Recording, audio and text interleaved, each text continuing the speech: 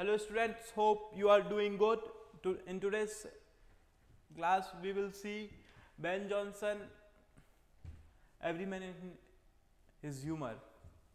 Okay, so hope you have all watched the previous all videos and I hope I am able to provide you the best knowledge possible.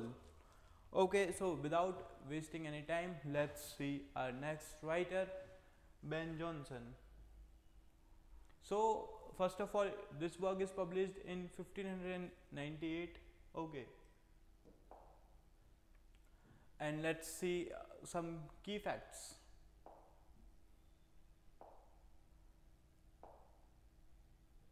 So Ben Jonson and first performed this work is first performed in Lord Chamberlain's Manse at the Curtain Theatre. If the examination asked, name the theatre where this work, Every Man in His Humor, performed, the answer is Curtain Theatre. Let's see about the prologue. Okay, so convention of contemporary drama while presenting Johnson's theory of humor. So ये Johnson है, इन्होंने एक theory दी थी humour के ऊपर. अब humour क्या है? ह्यूमर आप चीज़ों को कैसे समझते हैं. फॉर एग्जाम्पल आपको कोई फ्रेंड है, उसने कोई जोक क्रैक किया, क्या आप उसे समझ पा रहे हैं? If you have a good humour you will understand. Okay, आपने देखा होगा ज़्यादातर लोग डबल मीनिंग बातें करते हैं. That also include humour. So Johnson एक ह्यूमर की थ्योरी देते हैं इस वर्क में और उसी के बारे में ये प्रोलॉग है.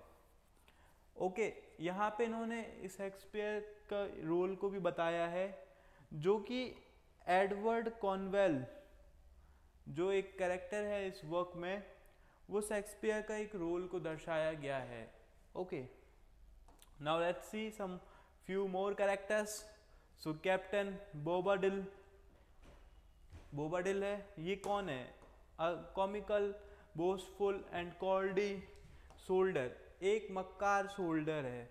ओके, जो कि फुल ऑफ ह्यूमर है. But okay, so notable performance, एक चार्ल्स डिकिंसन का हमारे पास प्ले है. ओके, उसमें कैप्टन बोबाडिल मिलते हैं और ये वर्क जो है वो 1845 पीरियड ऑफ विक्टोरियन एज में देखा जा सकता है. Okay, this is all about the introduction part about the Ben Jonson every man in his humour. Let's see the summary. I have already discussed the prologue. Okay, the same the ideas of humour बताया गया है. हम सीधे act 1 की ओर चलते हैं. Act 1 में कितने सीन्स हैं? There are 4 scenes in Act 1. Okay, तो हमारे एक्ट 1 में सीन 1 में एक कॉनवेल होता है जो कि एक ओल्ड स्कॉलर होता है. ओके, और ये अपने सर्वेंट को इंस्ट्रक्ट करता है. सर्वेंट का नाम क्या है? Brainworm. Okay, to fetch his son Edward Knowell. इस कॉनवेल का नाम नहीं बताया गया है, बट इसके सन का नाम है, ये सन है. ओके, ये बोलता है अपने सर्वेंट को, सर्वेंट का नाम Brainworm, to fetch his son Edward कॉनवेल.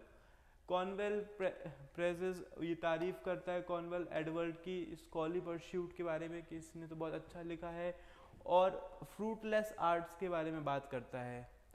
But disapprove of his interest in, जो ये सन है इसका इंटरेस्ट जो है उसके, बोलता है ये फ्रूटलेस आर्ट्स है, इससे करने से क्या होगा.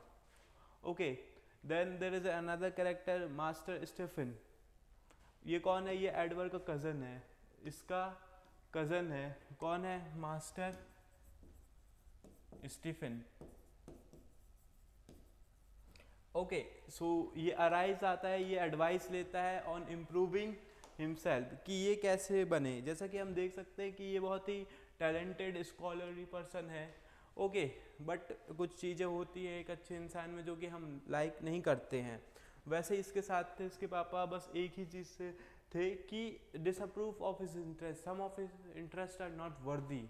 Okay, so that is the reason why Master Stephen came for advice. Okay, ये होता है सीन 1 में। सीन 2 में a letter mean for the Edward mistakenly lease Cornwell. एक लेटर आता है, एडवर्ड के लिए लेटर आता है, बट ये उसके पिता कॉर्नवेल को मिल जाता है, ठीक है। वो इससे बहुत ज़्यादा ऑफेंड हो जाते हैं और इनफॉर्मल टोन में होता है, Knowell decided to investigate but lest Edward read it. But वो पढ़ लेते हैं ये जो भी लेटर था, हम जानते हैं आगे क्या था इस लेटर में। तो सीन 3 और सीन 4 में एक कॉब होता है।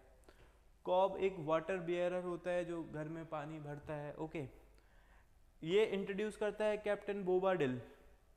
एक सोल्डर होता है, बैगरेट सोल्डर होता है, ये एक जगह का नाम है, वहाँ का सोल्डर है।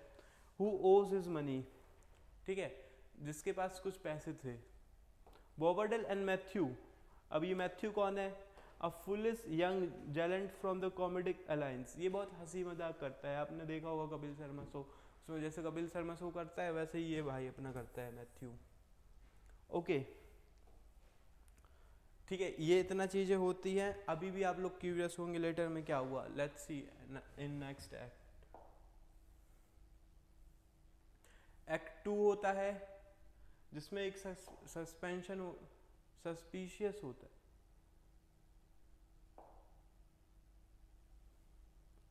एक होता है केटली, एक मर्चेंट का नाम है केटली, जो अपने वाइफ के बारे में बताता है, उसके बिहेवियर के बारे में बताता है सेकेंड एक्ट में। और ब्रेन बॉम्ब, ये कौन था? उनका जो नौकर था। Brainworm disguise himself as a soldier to disrupt Cornwell pursuit of Edward. I hope I am able to understand. See in act 2 में क्या होता है कि ये जो हमारा है केटली अ मर्चेंट, और जो ये इनका ब्रेन बॉम्ब है, ठीक है, जो हमारे नौकर जिसे हम कह सकते हैं, तो ये डिस्कस मतलब बहुत ही इरिटेट हो जाता है कि ये क्या शोल्डर बन गया, ये कैसे बन गया, इसको किसने बना दिया शोल्डर, ठीक है, ये वाली बातें करता है ये। अब फिर एक्ट 3 स्टार्ट होता है। एक्ट 3 स्टार्ट होता है टैवेरन सीन से। अब जो मैथ्यू और Bobadil boast of their military exploits, ये इनके बारे में बताते हैं, डिस्कस करते हैं। Okay, and then well bred admits to he wrote the letter to Edward. और लेटर वो किसने लिखा होता है? वेल ब्रेड ने ये लेटर लिखा होता है। और ये लेटर किस बारे में होता है? ये लेटर होता है inviting him to join their circle. ये बोलते हैं एडवर्ड भाई हमारे सर्कल को ज्वाइन कर लीजिए। और ये उसके पिता को पहुंच जाता है, जो कि वो बहुत गुस्सा हो जाते हैं इस बात से कि वो ऐसे सर्कल कैसे ज्वाइन कर सकता है। अब केटली जो है इसको एंजाइटी होती है, तो ये अपने जो कैशियर होता है उसको कैश कहता है कि जाओ उससे कैश लेके आओ टू मॉनिटर हिज वाइफ, ठीक है। वाइफ से बोलता है पैसे लेके आओ, उसने पैसे कुछ उधार दिए थे वो वापस मांगता है इस एक्ट में। अब एक्ट 4 स्टार्ट होता है। अब उसने पैसे मांगे तो इस भाई को बुरा लगा, कॉप्स रिवेंज लेने आता है। ओके, जब बोबाडिल जो है ये अब्यूज करता है अपनी पत्नी को and seek justice. See there is one another justice Clement. ये एक पुलिस ऑफिसर होता है जो कॉप करके जो बंदा होता है उसके पास बिहेवियर और इग्नोरेंस को करने के चक्कर में उसे जेल में डाल देता है। और फिर यहाँ पे एक्ट 4 ख़त्म हो जाता है। फिर एक्ट 5 स्टार्ट होता है। एक्ट 5 में क्या होता है? Chaos and resolution. Yes, you have all have heard that when सब कुछ पता चल जाता है तो फिर डाउनफॉल होता है and then we will have an resolution. ठीक इस प्ले में भी होता है। यहाँ पे रेजोल्यूशन क्या हो रहा है? जो जस्टिस सुलेमेंट हाउस है वो मिसअंडरस्टैंडिंग थी बहुत ज़्यादा और वो कम टू लाइट। जो मिसअंडरस्टैंडिंग हुई होती है वो सामने आती है और brain bomb reveals his true identity. और ये जो होता है ये बंदा अपनी आइडेंटिटी करता है और ये advice everyone to share their emotional burden restoring harmony among the characters. और जो हमारे बहुत सारे लाइफ में इमोशनल बर्डन्स जो होते हैं उनको कैसी चीज़ों को प्रभावित करती है, उनसे कैसे मिसअंडरस्टैंडिंग होती है, ये सब चीज़ें हैं जो कि बताती है ये सब नहीं होना चाहिए। और ये कौन बताता है? ये जस्टिस सलेमन हाउस के में पता चलता है, और ये व्यक्ति का ही नाम है, इसके घर में ये सीन है, और ऐसे करके ये प्ले ख़त्म हो जाता है। ओके, मैंने आपको बहुत जल्दी बहुत शॉर्ट में बता दिए important points, all important scene क्या क्या हुआ। अगर आपको लगता है कि मुझे और डेप्थ में जानना है तो आप बिल्कुल इसका टेक्स्ट पढ़ सकते हैं। यूट्यूब पे भी बहुत सारी वीडियोस हैं, आप पूरी समरी सुन सकते हैं। Okay, but let's move to the further, let's see some themes which is really very important. So we have already discussed the characters, okay, but once again we will discuss the character, but let's see the themes. So first of all, yeah, number one is the humor theory. Benson, very famous humor theory. How dominant traits shape their human behavior.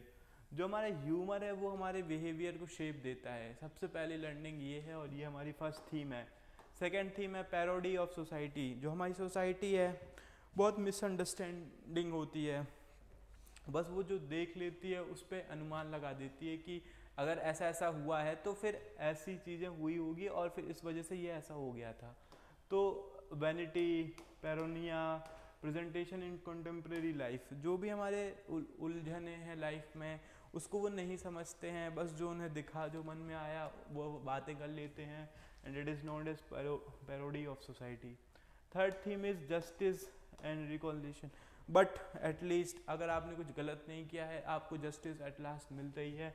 So we have justice and reconciliation, ठीक है, which is very really important for the balance and for understanding the resolving the conflict.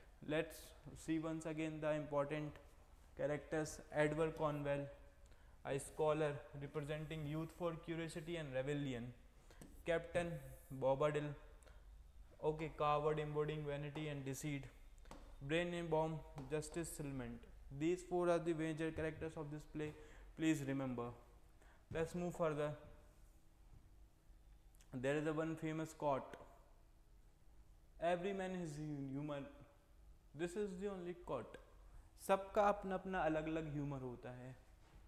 And one more is there, I am melancholy myself, diverse times, sir, and then I do not more but take pen and paper presently and overflow into the rhyme, a humorous reflection of creativity driven by the mood.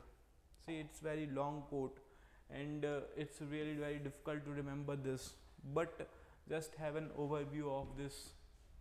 Okay, this is the famous quote from this particular work. We will have another writer, very important writer. Okay, we cannot skip him, Mr. William Shakespeare. So if you have gone through the assistant professor syllabus, you have seen so many writers and so many works, but the most important writer is William Shakespeare. And in this class I have covered all the important work only. If you are someone who wants to know about the William Shakespeare, there are so many videos of mine on YouTube, as well as you can have your own self studying, and you can have a notes on William Shakespeare. इनका birth कैसे हुआ, ये किस period को belong करते थे, इनके period में क्या क्या चल रहा था, कितने वर्क्स हैं, everything. But for assistant professor syllabus examination we will only go through the only the mentioned work in our syllabus. Okay, so first of all we have Hamlet. Okay, so first of all it is written in 1601. Okay, and let's have an introduction. See, the full name of Hamlet is The Tragedy of Hamlet, Prince of Denmark. Okay, a January tragedy, author William Shakespeare, date written 1600 to 1601. Significance, it is the longest play by the Shakespeare, known as the world most filmed story. See, India में भी एक movie आई थी जिसका plot tragedy था, उसका नाम हैदर. शाहिद कपूर की ये मूवी है जिसका प्लॉट एकदम मिलता जुलता है अपने Hamlet by written. Okay, and Cinderella, another work is also there. You Cinderella is written by whom? Please let me know in the comment section. Okay, this is also very very popular, and so many films are on Cinderella. Okay, so let's see the setting of this play. The setting is Kingdom of Denmark. Okay, आपको याद रहेगा setting? Okay, that's great. Let's see the main plot. See, let's see some characters first of all. So we have Hamlet, okay, and Ghost of King Hamlet. Claudius उसका चाचा है, गर्ट्यूड हेमलेट की mummy है. Okay, तो आपको मैं बताता हूँ इन शॉर्ट क्या होता है कि जो ये राजा होते हैं डेनमार्क के, उनको कहीं से मरवा दिया जाता है या फिर कुछ होता है, उनकी डेथ हो जाती है. बट उनका एक घोस्ट अपीयर होता है जो किंग जो प्रिंस हैमलेट है उसको बताता है कि तुम्हारे पापा मरे नहीं, उन्हें मरवा दिया गया है, और ये उनका चाचा होता है क्लॉडियस, और ये गर्ट्यूड उसकी मम्मी के साथ शादी कर लेता है. Okay, this happen. सो इससे उसको टेंशन हो जाती है. Okay, and this is the story in short if I talk about the main plot. Okay, so now let's see what are the key events. So in key events, first of all ghost revelation is there. मैंने बताया ghost appear होता है, वो inform करता है Hamlet that Claudius murdered him by the pursuing poison in his ear. तो there was an option in your assistant professor examination कि जो in play Hamlet है, तो जो किंग है उनको कैसे मारा था, तो पॉइजन दे के मारा था, वो भी उनके कान में. ओके, सो घोस्ट क्या करता है, कमांड करता है to avenge his death. See, there is two thing. First is revenge, बदला लेना, and second one is avenge. This is very important point to understand. So यहाँ पे revenge नहीं लेना, बदला नहीं लेना है, avenge करना है जैसे को तैसा. Okay, so this happened first of all. Then let's move to another section which is Hamlet mourning. मतलब ये बहुत परेशान हो जाता है, क्या करें अब, क्या करना चाहिए, बहुत ही गिल्ट होता है कि मैं अपने पिता को बचा नहीं पाया, मैं इतनी दूर था. ठीक है, तो अब आगे स्टोरी चलती है. तो इसमें ये होता है कि जो हैमलेट होता है वो स्पाई करता है और टेस्ट करता है क्लॉडियस को, क्या जो ये मुझे घोस्ट में बताया ये क्या सच है या झूठ है. तो सबसे पहले ये जो दो होते हैं Rosencrantz and Guildenstern, there is one also play.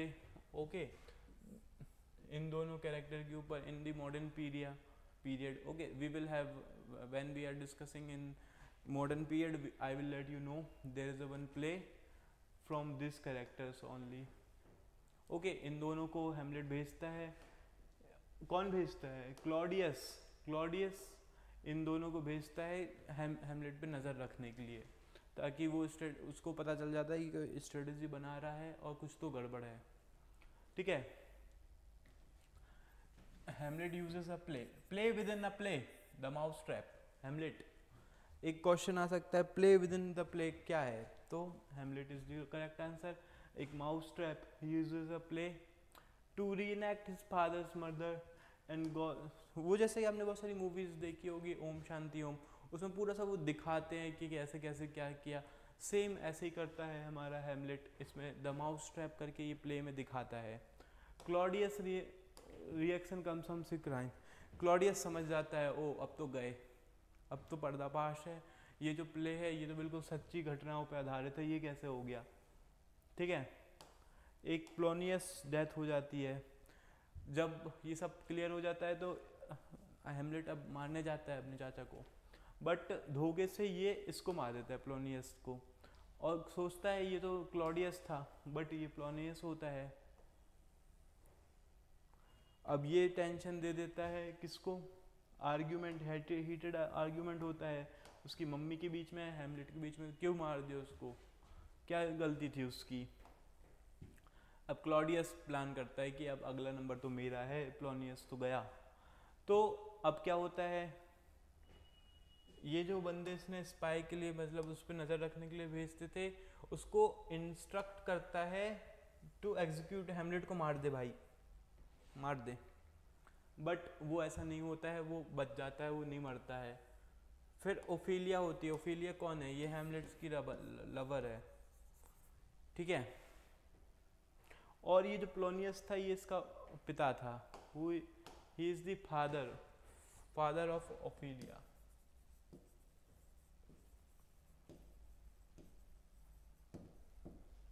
Okay वो बहुत ही बर्बाद हो जाती है कि उसके लिए सब कुछ उसके पिता ही थे, बट अब तो ख़त्म हो गया, इसने इसको मार दिया और हेमलेट को रिजेक्ट करती है। ओफिलियस गोज टू मैड एंड ड्राउन्स, वो पागल हो जाती है और अपने आप को डुबा के मार लेती है। ओके आई होप आपको इतनी स्टोरी क्लियर है, ठीक है। अब देखिए अब आगे क्या होता है। अब ओफिलिया का भाई आता है। ओफिलिया का भाई का क्या नाम था? ओफिलिया का भाई का नाम था लियाट्स। ओके ये conspire with Claudius to kill him. अब भाई इसका अभी भाई आता है, लौट के आता है भाई कि हेमलेट ने मेरे पिता को कैसे मारा, मैं उसको मार दूंगा। एक तलवार रहता है उसमें जहर मिला देता है, बोला इससे मारूंगा मर जाएगा, ठीक है। अब ड्यूल होता है, वो चैलेंज कर देता है कि करो या मरो। अब ये दोनों हेमलेट और इसका भाई लेटरस लड़ता है, ठीक है। और ये क्लॉडियस के साथ मिलके इस तलवार में जिससे लड़ रहा होता है इसमें जहर मिला देता है ताकि बस टच हो तो उसका काम खत्म हो जाए। Okay so during the duel between Hamlet तो क्या होता है, जो उसकी माँ होती है पॉइजन वाइन, जो हेमलेट को पिलाने वाला पॉइजन वाइन है वो खुद ही पी लेती है। और ये जब लड़ रहे होते हैं पॉइजन स्वॉर्ड से, अब भाई उसने वाइन में भी मिला के रखी हुई थी और तलवार में भी जहर था, बट जहर तो उसकी मम्मी पी लेती है हेमलेट की। और फिर हेमलेट इसको भी मार देता है, जान जाता है, और ये उसकी चाचा को भी मार देता है और कहानी ख़त्म हो जाती है। सब मर जाते हैं, कोई नहीं बचता है। That is the reason why Hamlet is called as the tragedy. Okay I hope story is clear in very short, and I have covered all the characters, all the important characters. If there is any confusions, please let me know. I will clear your all doubts. Okay. So now let's move to themes. See, I have already told you. Avenge is there as well as revenge is there. Madness, morality, corruption. Corruption कितना ज़्यादा था बताइए, भाई भाई को मार दिलवा देता है, मतलब क्या ही है भाई। करप्शन आज भी देखेंगे कितना ऊंचे लेवल पे हो रहा है, आप तो जानते ही होंगे सब। तो morality, madness, revenge, these are the four main themes of this play. Characters I have already told you all the characters. Let's have a quick, if you want any screenshot you can have. Okay, so let's see our first character. So Hamlet, Prince of Denmark, और यही hero है, protagonist मतलब hero. Now Claudius is there, antagonist and king of the protagonist hero, and Claudius villain, sorry villain.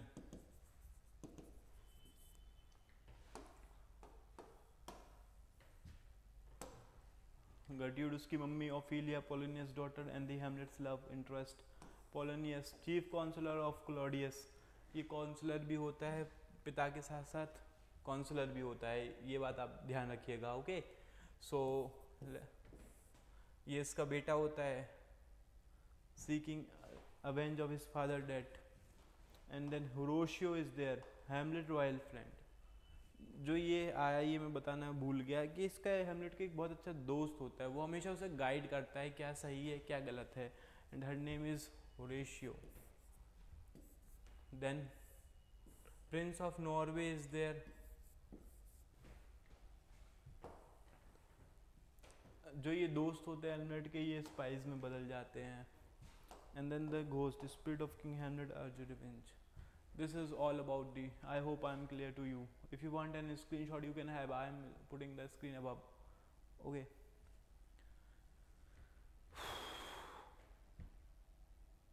Okay, so now we have famous quote. to be or not to be, that is the question. Very famous. It's a solitude, reflecting on the life, death, and his hesitation. Number one, you have to remember this all the quotes. Okay, it will going to be asked in your examination. Second, one may smile and can be a villain. हंसेगा हंसेगा हंसेगा but villain है. Okay. Hamlet on Claudius deceit nature, अपने चाचा के ऊपर बोलता है. Thus conscience does make coward of all us. Conscience, what is conscience? अंतरात्मा की जो आवाज है, conscience make cowards of all us. Okay, I hope you will remember all these three quotes. We will move further for the key symbol. अब हम देखते हैं symbol कौन कौन से हैं इसमें. तो पॉइजन है, एक बहुत बड़ा सिंबल है. मैंने बस अभी पॉइजन लिया हुआ है. There are so many minor symbols as well as. Let's talk about the major. Poison ये क्या रिप्रेजेंट करता है? Betrayal, corruption, death. Okay, this is all about the work.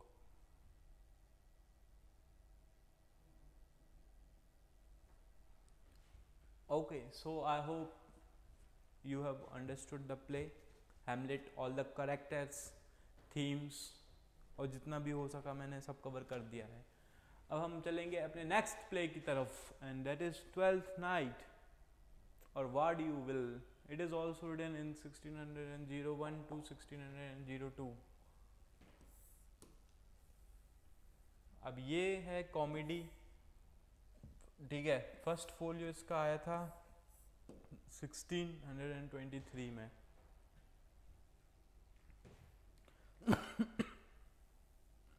कहाँ से इंस्पायर हुआ है ये? एक राइटर थे बार्नाबे रिच करके, इनका एक वर्क था अपोलिनियस एंड सिला. ये वहाँ से इंस्पायर होते हैं.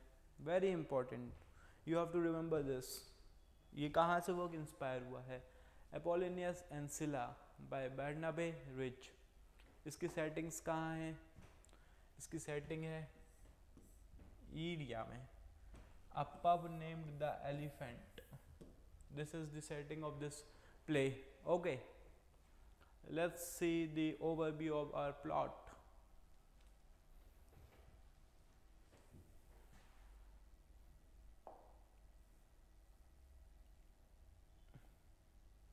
Okay, so I guess the video is going to be very long because we have to cover the Shakespeare. So I am ending here.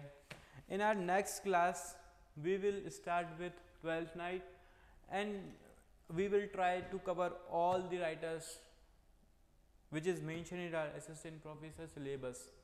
Okay, so that's all for this class. Thank you so much. Have a nice day.